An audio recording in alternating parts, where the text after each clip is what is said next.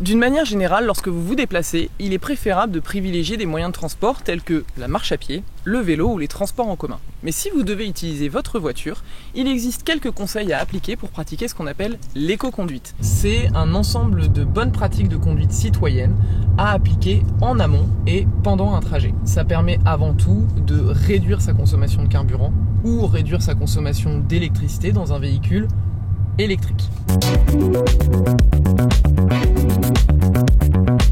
Avant de prendre la route et notamment pour de longs trajets, pensez à alléger au maximum votre véhicule. Tous les 100 kg de charge supplémentaire, vous augmentez de 5% votre consommation d'énergie à la fois sur un véhicule thermique, hybride ou électrique. N'hésitez pas à faire le tri de votre coffre. Videz toute charge inutile. Et si vous avez des barres de toit, n'oubliez pas de les retirer car elles entraînent elles aussi une surconsommation de 10 à 15% d'énergie.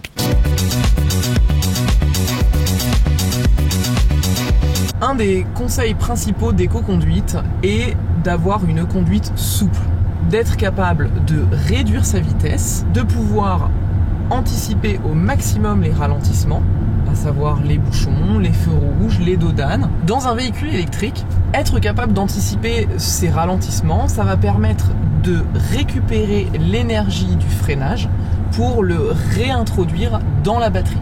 Ça s'appelle le freinage régénératif. Pour les véhicules thermiques, il existe un mode éco dans les véhicules les plus récents. Ce mode permet, lorsqu'on relâche l'accélérateur, de rouler en roue libre. Ici, par exemple, nous sommes en descente. Là, mon pied est levé de l'accélérateur et pour autant, le véhicule continue d'avancer. Il utilise son élan. Pensez surtout à bien entretenir votre véhicule régulièrement. Des pneus sous-gonflés et un véhicule mal entretenu peuvent engendrer une surconsommation de carburant jusqu'à 25%. Pour vérifier la pression de vos pneus, rendez-vous en station-service équipée d'un gonfleur. Les constructeurs ont compris l'importance d'aider le conducteur dans la pratique de l'éco-conduite. Ils ont donc mis en place des options ou des aides à la conduite.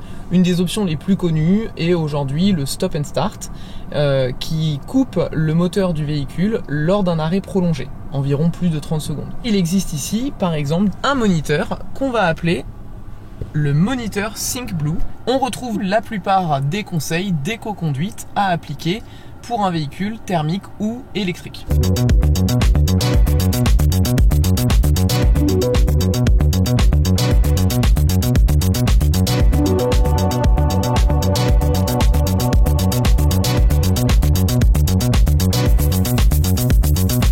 Lorsqu'on pratique l'éco-conduite, on est globalement plus détendu au volant.